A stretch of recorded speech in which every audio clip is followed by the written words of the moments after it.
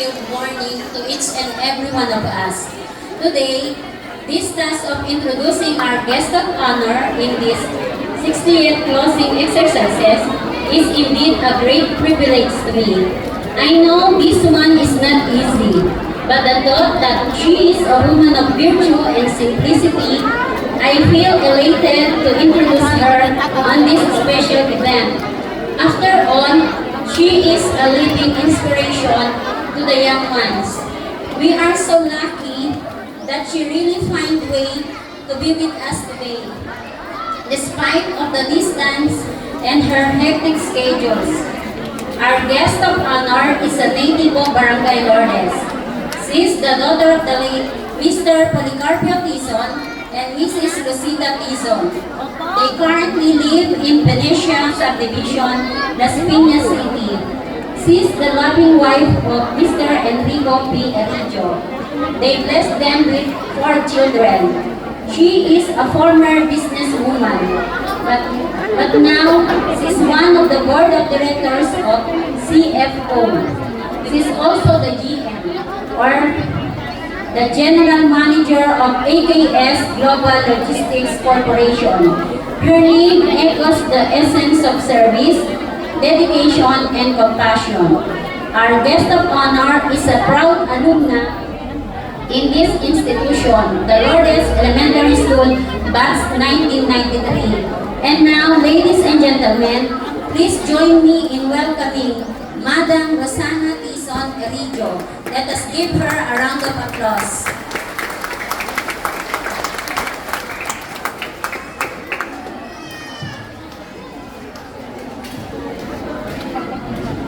Thank you, Madam, sa napakagandang introduction. Good morning po sa lahat. Ayain niyo po muna akong batiin lahat ng naririto ngayon sa ating mahal na pulong guro, Ma'am Michelle Tubig, sa ating guest speaker, Attorney Mark Rocky Magkamit, sa ating punong barangay, Primo Fabian, at sa ating mga barangay officials. Sa ating mga supportive parents, at sa ating mga matitiyaga at masisipag na mga guro, at siyempre ang mga bida na sa araw na to, ang mga magaganda at nagagwapuhang mga graduate. Good morning ulit sa inyo. Maraming salamat po sa napakalaking privilege na binigay ninyo sa akin para maging guest of honor sa araw na ito. Para sa team natin ngayong taon, Kabataan Pilipino para sa matatag na kinabukasan ng bagong Pilipinas. Ibig sabihin na kayong mga kabataan ay may responsibilidad na sa ating mahal na bayan para baguhin at gawing matatag ang kinabukasan ng ating bayan. Sa ating mga graduate student, may munting mensahe ako para sa inyo. Sa pagtupad ng inyong mga pangarap, huwag ninyong hayaang maging hadlang ang kahirapan para makamit ito. Bagkus, lalo nyo pang pagsumikapan para mabuti kahit mahirap, kahit wala kayong baon sa pagpasok, pilitin nyo pa rin pumasok araw-araw.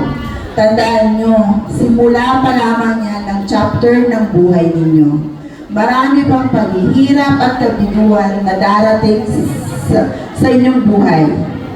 Pero yung mga challenges at failure na inyong makaharapin, sana siyang magpapatatag sa inyo para makamit ang inyong mga pangarap. Ika nga, ulitin ko, ikaw ang magiging sagwan sa sarili mong bangka. Means, pagdating ng panahon, ikaw ang magpapayaman o magpapaunlad ng inyong sarili. Sa diploma na inyong matatanggap, naway maging inspirasyon ito upang makapagpatuloy sa inyong pag-aaral. Huwag rin natin kalimutan magpasalamat unang-una sa Diyos na nagbigay sa atin ng lakas para ipagpatuloy ang buhay araw-araw, karunungan at talento na binibigay niya sa atin. Sa ating mga magulang na naririto ngayon, na palaging nakasuporta sa kanilang mga anak, at sa ating mga masisipag na guro na walang tigil na tumutulong at nagtuturo sa atin. Ang sabi nga nila, walang matagumpay na tao kung walang teacher na matyaga. Para naman po sa mga magulang na narito ngayon, huwag po natin susukuan ang mga pangarap ng ating mga anak. Bagkus patuloy po natin silang susuportahan para makamit nila ang kanilang mga pangarap sa buhay. Bago ko tapusin ang aking speech, siguro na-receive nyo na yung maliit na gift ko para sa inyo.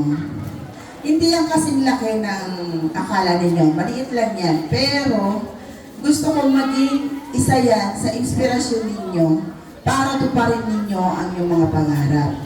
Malay nyo isang araw, isa dito maging isang doktor, isang maging engineer, isang maging CPA, isang maging attorney, gaya ng ating guest speaker. Ano pa ang mga tituladong tao na ginagawa? Malay nyo magagamit yan sa pagpirma ng cheque o anumang dokumento na mapipirmahan ninyo. Kasi ginagawa lang yan ng tituladong tao.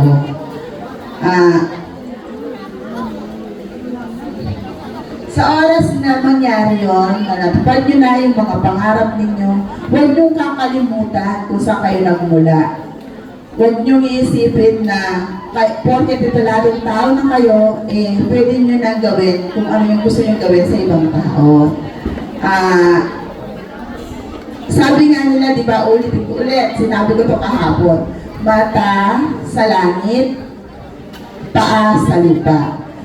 Anong ibig sabihin nun? Kailangan lang natin magpakumbaga.